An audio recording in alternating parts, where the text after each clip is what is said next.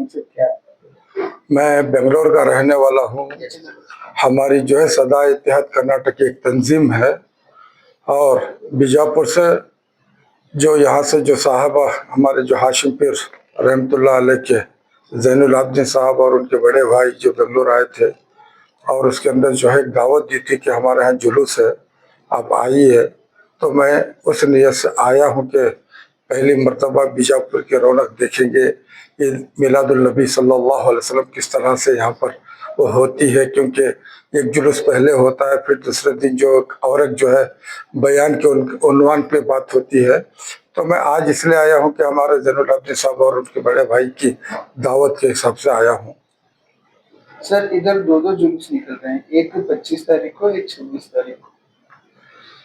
अभी क्या है, देखो ये सिर्फ हमारा यहाँ की बात नहीं है, अब सरकार की मोहब्बत में दो ने कई सारे निकाल सकते हैं, लेकिन शहर के हिसाब से जो है मुझे यहाँ आज आने के बाद मालूम पड़ा हाशिम पीर रहमतुल्लाह अलैह के नाम से और वहाँ के नाम से जो ये हो रहा है, इसमें थोड़ा लोगों को कंफ्यूज होता है कि भाई हम किसकी तरफ जाए, किसकी बात सुने, ये फर्क पड़ता है। तो ये खैर सरकार की शान में हर गली में निकाल सकते हैं, हर घर में कर सकते हैं, इसके बारे में दो राय नहीं है। हाँ, सिर्फ जो है दरगाह के हिसाब से थोड़ा बहुत वो सोचना पड़ता है कि क्यों हो रहा है। आज पूरे उलमा मिलाकर एक ही बारी में पूरे एकजुट होकर हम जुलूस निकाल सकते थे, क्यों नहीं निकाल रहे सर? अब रही उलमा की बात, अगर मैं उलमा के बारे में कुछ बोलूं तो फर्क मालूम होता है। देखो, आज मैं तनकीद कर रहा हूँ नहीं, ये सच्चाई है कि हमारे उलमा में अगर एकता होती तो आज हमारी कौम इस तरह ना बढ़ती, ना बिखरती, ना इस कौम के लिए ये हालत होती।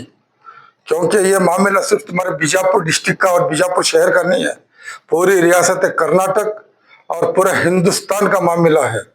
आप लोग नौजवान समझना चाहिए कि हमारे यहाँ बरेली है, यानी कि आला हजरत के नाम से बरेली शरीफ, उसके अंदर आप देख लो किस कदर से जो है उनमें अलग अलग राय रख करके अलग अलग अपना काम चला रहे हैं। वो ये नहीं सोच रहे हम एक मदरसे के हैं, एक ही नाम का लेवा है। आप लोगों को मालूम होना चाहिए तौकीर रजा खान साहब उनकी औलाद में है, वो जेल में है। अगर ये उलमा में एकता होती तो उनको जेल में ले जाने की हिम्मत नहीं होती थी और ना इतने दिन छोड़ा जा सकता था। और इसी तरह से आप देवबंद के अंदर चले जाओ, उसके अंदर भी देखो तीन तरह के लोग हैं।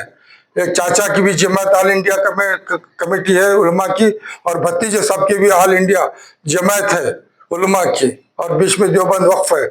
वहां भी आपस में एक हो करके नहीं चल रहे हैं। ये लोग कौम को इतना बांट लिए हैं कि मेरे पीछे इतने फॉलोवर्स हैं, मैं इतने नौजवान उलमा को रख करके मैं इनसे ये काम लूंगा, आप उनको रख करके वो काम ले। ये तो वहां से हो रहा है। तो आप शहर बीजापुर के अंदर से उलमा की बात मत कीजिए, ये तो हर जगह का माहौल है। अगर ये कुरान को मानते, ये अल्लाह के हुक्म को मानते, तो मैं समझता हूँ आज जो ये नबी पाक सल्लल्लाहु अलैहि वसल्लम की जो शान अक्सद में जो काम हो रहा है, ये भी बड़ी शान और शौकत से हो सकता था। सबको एक करने के लिए आपसे शुरुआत हो सकती थी, आपने कुछ 16 साल से हमने सदा ये इत्तेहाद कर्नाटक के नाम से इत्तेहाद का मतलब तमाम अकायद यानी कि मसलक के लोगों को लेकर के काम कर रहे हैं। तुम्हारे यहाँ शहर में भी 16 साल पहले आए थे हम, यहाँ भी दावत दे करके गए थे इत्तेहाद के लिए। अब मैंने बताया ना जड़ कहाँ पर है, सब अपने अपने मकसद के लिए। मैं खानखा ही हूँ, मैं खानखा के हिसाब से बोलते मेरी खानखा का काम हो, दूसरी खानखा वाले बोलते उनकी खानखा का नाम हो, तीसरी खानखा वाले बोलते मेरी खानखा का नाम हो। इसके अलावा सिलसिले से भी वाबस्ता जो होते हैं कि मेरे सिलसिला आगे है, उसका सिलसिला आगे है। ये यहाँ भी कमी है, उलमा में भी कमी है, पीरान उज़्ज़ा में भी इस दौर के अंदर यहाँ भी कमी है। इस दौर में चाहे उलमा हो चाहे पीरान हो, ये नहीं कि इससे पहले तौबा मेरी, इस दौर की बात है। इधर हम सब एक हैं कहने की वजह इधर कंपटीशन चल रहा है हर किसी के। तभी तो बता बेटा, वही तो बताया हमने कि हमने आपस में तोड़ दिए हैं, ये लोग हम लोगों को कंफ्यूज कर लिए हैं। आज मेरा बीजापुर आने का एक और मकसद है कि यहाँ के बड़े बड़े जो लोग हैं, मैं कुछ दिनों से बेंगलोर के अंदर देखता हूँ कि ये लोग यहाँ की फरियाद लेकर के बेंगलोर आते हैं और वहाँ के लोकल लीडरों से मिलते हैं और स्टेट के मिनिस्टरों से मिलते हैं ताकि यहाँ का हल हो, लेकिन हल हो नहीं पा रहा।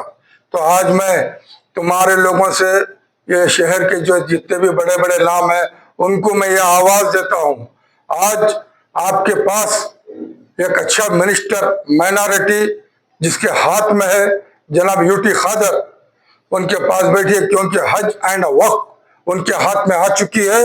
इससे पहले जो हज एंड वक्फ जितने भी मामलात में हुए, जो बदनामी उसके अंदर हुई है, जो लूट चपट हुई है, इससे अगर इस कौम को बचाना है तो इस शहर बीजापुर और इस डिस्ट्रिक्ट के जो भी नामदार लोग हैं, समझदार लोग हैं, जो सही खानखाई वाबस्ता हैं और बड़े जो दीनी रहबर जो अपने आप को उलमा कहते हैं, ये सब मिलकर के आकर के कुछ जिम्मेदारी लें, हज कमेटी में भी लें, औकाफ के अंदर भी अपनी जिम्मेदारी लें और सियासत में भी अपनी जिम्मेदारी लें। ये मैं बीजापुर के लोगों के लिए बिलखुसूस ये बात मैं कहना चाहता हूँ, अगर तुम्हारे शहर और डिस्ट्रिक्ट की तुम्हारे लिए कुछ भलाई होना है तो आप इन लोगों को आवाज दो ताकि ये आए, अंदर जा करके इन कमेटियों में घुस करके अपने डिस्ट्रिक्ट के लिए काम करें और कौम के लिए भी काम करें। जिस नबी का मिलाद हम मना रहे हैं, जिस नबी के नाम से जो है जुलूस निकाला जा रहा है, वो नबी जो है किसी एक धर्म, किसी एक कास्ट के लिए नहीं बल्कि पूरी दुनिया के लिए रहमतुल्लिल आलमीन बन गए हैं। उस नबी ने जो है सभी को जोड़ने का, इकट्ठा करने का काम किया है। लेकिन उसी नबी की उम्मत जो है आज फिरकों में बढ़ गई है, बढ़कर जो है अलग अलग तरह से जो है जुलूस निकाल रहे हैं। एक छत के नीचे आकर सभी एक नबी का जुलूस निकालने के लिए तैयार नहीं है। इस पर क्या कहना चाहिए? अब इससे पहले तो मैं यही कहा कि जड़ कहाँ से आई है। बड़े बड़े इदारे और मदारिस वहीं आपको अलग अलग करके अपना अपना रोटी सेक रहे हैं, तो वो एक होने कहाँ देंगे? वो खुद एक है नहीं, तो कौन से कुरान पाक को मानते हैं, कौन से नबी पाक का कलमा पढ़े मुझे नहीं मालूम है। ये तो मैं चिल्लाते चिल्लाते थक चुका हूँ, समझे ना। ये लोग उनकी अपनी मतलब परस्ती की वजह से कौम को बर्बाद कर दिए और ये भोले भाले लोग हैं, चंद अच्छे बातों में आ जाते हैं और उनके ऊपर सारी बातों पे यकीन कर करके जो है इस कौम का जो खतरा और जो नुकसान हो रहा है इससे गाफिल नहीं, वो गाफिल हो चुके हैं। इससे वो लोग दूरंदाजी से नहीं देख रहे हैं। आज देखो औकाफ के अंदर एक सैयदजादा बोल के हम लोगों ने बड़ी मेहनत करके ख्वाजा बंदा नवाज रहमतुल्लाह अलैह के जो उनकी औलाद में अली हुसैन बाबा को जो है चेयरमैन बनाए औकाफ के अंदर, क्या 1.5-2 साल से काम होने दिए? कुछ काम हुआ कौम का? इनके अंदर इतनी अदावत, उस टाइम का मिनिस्टर, उनके साथ में रहने वाले जो अपॉइंट किए हुए गवर्नमेंट की तरफ से जो मेंबर ऑफ बोर्ड, क्या इनको कोई फिक्र थी? सब लूट में थे, सब लूट मचा रहे थे। कौम का नाम लो, कौम को तबाह करो, ये पॉलिसी बन चुकी है इन लोगों की। इसीलिए मैंने आज आवाज दिया कि तुम्हारे डिस्ट्रिक्ट और शहर के लिए कुछ अच्छा होना है तो कुछ ऐसे लोग आगे बढ़े, अंदर घुसे, अपनी बात को सामने रख करके तुम्हारा डिस्ट्रिक्ट और जितना हो सके इस कौम के लिए काम करें। जिस तरह से जो है अलग अलग रैलियां निकाली जा रही है, मुसलमान बढ़ रहे हैं, आपको क्या लगता है इस पर इसका जिम्मेदार कौन है? जिस तरह के हालात बने हुए हैं, इसका जिम्मेदार जो अपने आपको जो है अपने रोटियां सेकने के लिए जो सोचते हैं उन्हीं का काम है। अब यहाँ हमने सुना है कि जो बड़ी दरगाह हाशिम पीर रहमतुल्लाह अलैह की है, अब उस दरगाह का एक नाम है तो उसी जगह से एक होकर के निकलते तो मैं समझता हूँ ये बहुत बड़ी अच्छी बात होती थी। जब यही फर्क पड़ गया है, अब दूसरी बारगाहों का आप क्या लोगे? हर एक दरगाह, हर एक खानका का एक निजाम है, हर एक सिलसिले का एक निजाम है। अब वो कैसे एक होने देंगे? तो ये देखेंगे जब बड़ी बारगाह में ये मामला है तो वो अपना अपना काम अलग अलग कर लेंगे।